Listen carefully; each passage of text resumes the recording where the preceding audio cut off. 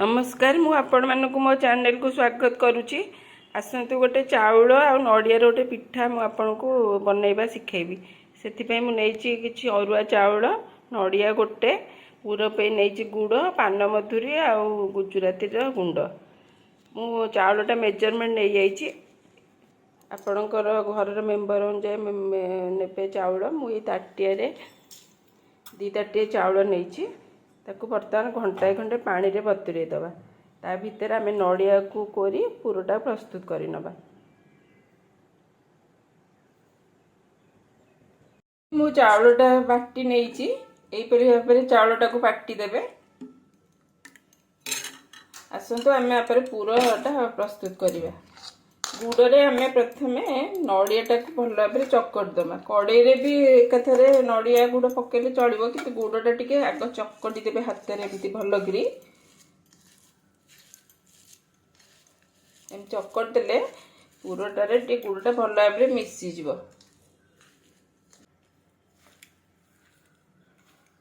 देखंतु आपण आ टिके चाहिले भी गुड़ देई परिबे यदि मिठा करिया को अधिक चाहंती। आसतु पुरटा भाजी नबा। आमे कड़ईटा मु बसई देछि सेथिरे टी गाय घी पकेइबा।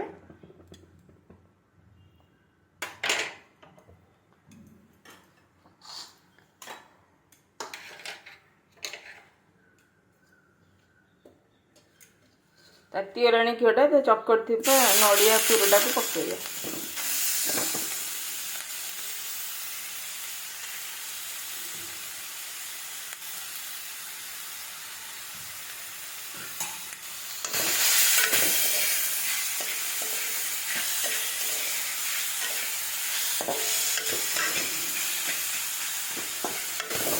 देखते पुरटा के सुंदर भाव में मिसी जाइए गुड़टा नड़िया रे।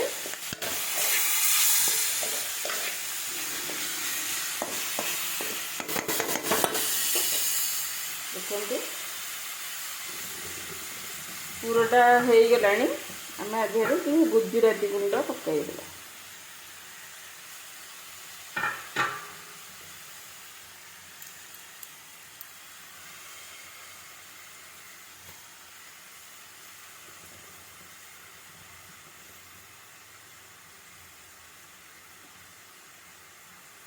मेथर पिठाटा प्रस्तुत करिबा।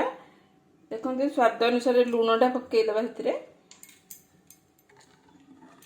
ये पिठाटा संपूर्ण भाव में चाउल बाटण ही हम खाली चाउल ए बाटिबा अन्य किसी दरकार नहीं। लुणटा भल भाव गोल नेबे। देखते तावाटा मु बसई तावे भल भाव तेलटा भी मारी भल भाव भाव तेलटा चारिपटे मारिदेवे।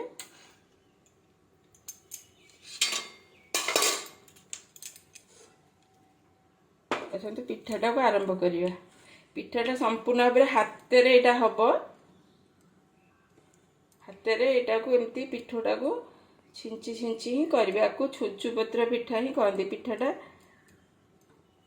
पिला मन को बहुत भल लागिबो। देखते एई परि भाव में पिठाटा को छिंचिबे।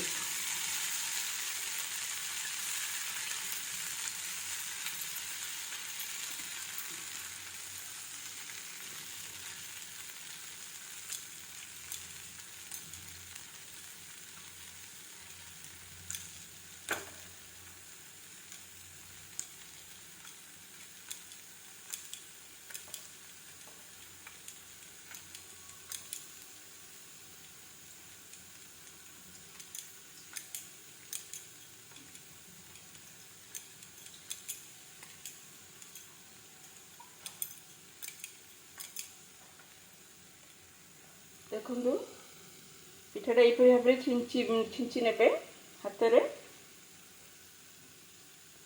पिठाटा खाइबा को बहुत भल लगे।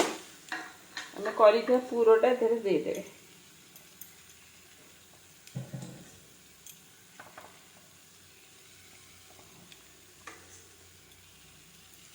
पिठाटा पिला माने खाइबा को बहुत भल पाती।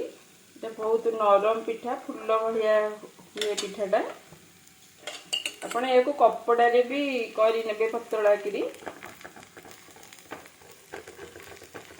ଦେଖନ୍ତୁ ଏପରି ଭାବରେ ତାକୁ ଆସ୍ତେ ଆସ୍ତେ ଉଠେଇବେ।